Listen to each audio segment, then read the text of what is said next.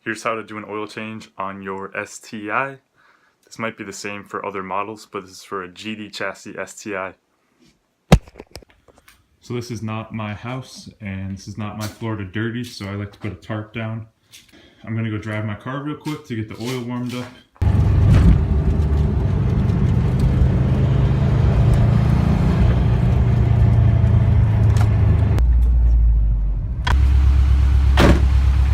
Good spot, so I'm gonna kill it and start the oil change. Turbo timer, baby. This is all you need for an oil change, along with a drain bucket and maybe a funnel. Here's a 17 for the drain plug. Here's a 19 for my Grimspeed AOS. 3/8 to 1/2 inch, just because the socket happens to be 1/2 inch. An oil filter, a ratchet, and of course your crush washer for the drain plug. Don't forget this. You make sure you get that. I'm still on the break-in oil changes, so I went with royal purple because I tried to get the Multool, however you say it, but that was way too difficult to get. So I have a 5-quart drain bucket. My car is nice and high on stock suspension, so this is no problem to fit right under here. There is my oil pan. You can see the drain plug bolt right there. I'll just put the pan so it's gonna flow out and go right into the pan. I have long arms, so getting this bolt is no problem for me. Unless your car is exceptionally low or you have exceptionally short arms, I don't think you'll need a lift for this. And with a ratchet especially, to lengthen your reach, it's an easy reach. Never a bad idea to put gloves on. I'm gonna get in here, roll up my sleeves.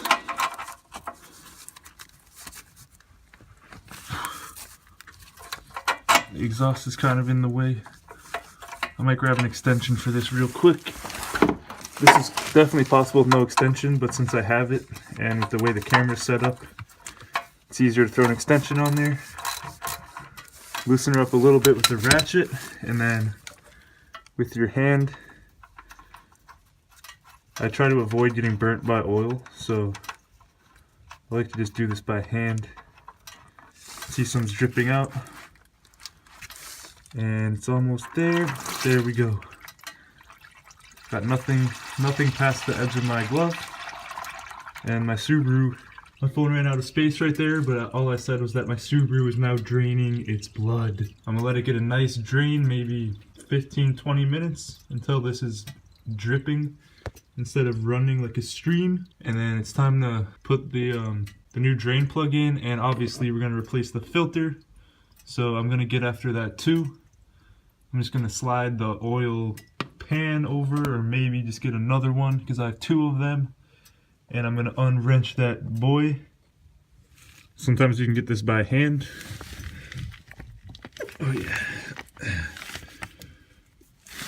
And we're dripping over here, so I'm just gonna move this so it's still catching. And I'll have the maximum catch on this pan, so I have 2 pans lined up, and let's see what happens.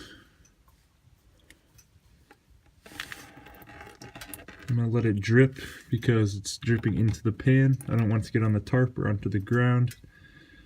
Drip, drip, drip, drip, drip, drip.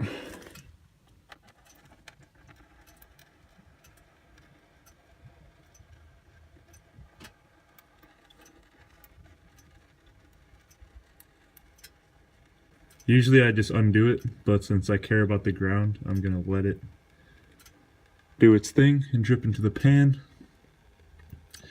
Because I'm not in a shop, this is my home garage. So with some patience, this will stop flowing. Maybe I can get a little bit more. It's slowing down.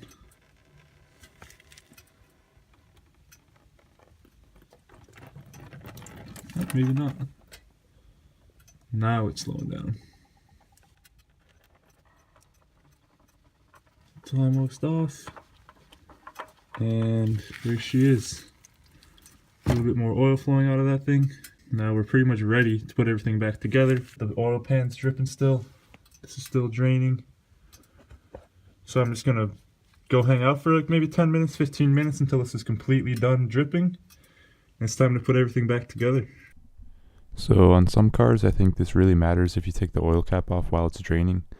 Usually I do while it's raining, but this time I did not, and it didn't really make a difference, so take it off at your will. Obviously you're going to have to put new oil back in, so any time is a good time. It's been like 15-20 minutes. It's really slowly dripping. I don't care about this. So I'm going to put everything back together. I'm going to start with the drain plug. This is torqued to 33 foot-pounds. I normally just do like pretty hand tight, pretty snug, but for the sake of educational purposes, I'll do it 100% legit. I got my torque wrench set up to 33 foot-pounds. I'm gonna grab the 17. Here's my 17 on the extension. Take the old crush washer off here.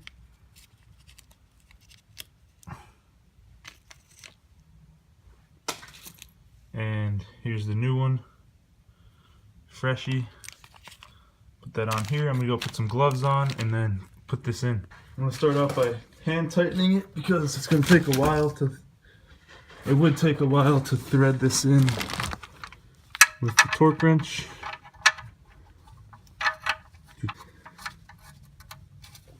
Alright, that's hand snugged. We can remove our drain pan. Be careful not to spill.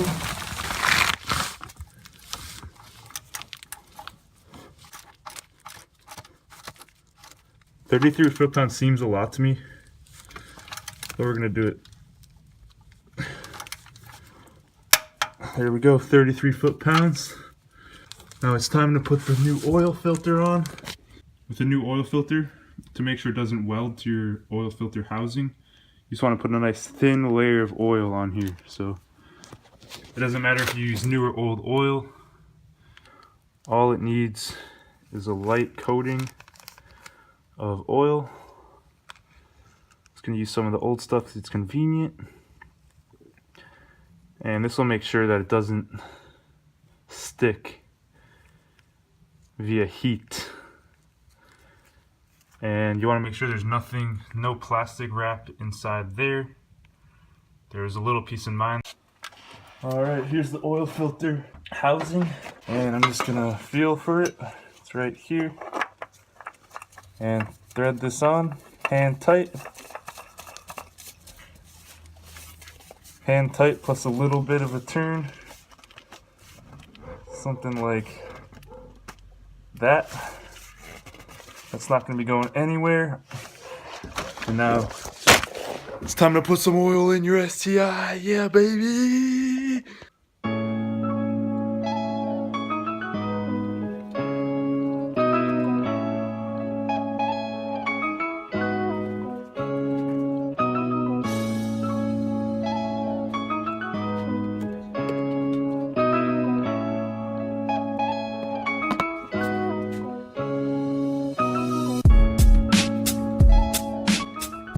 That's how you do an oil change on your Subaru.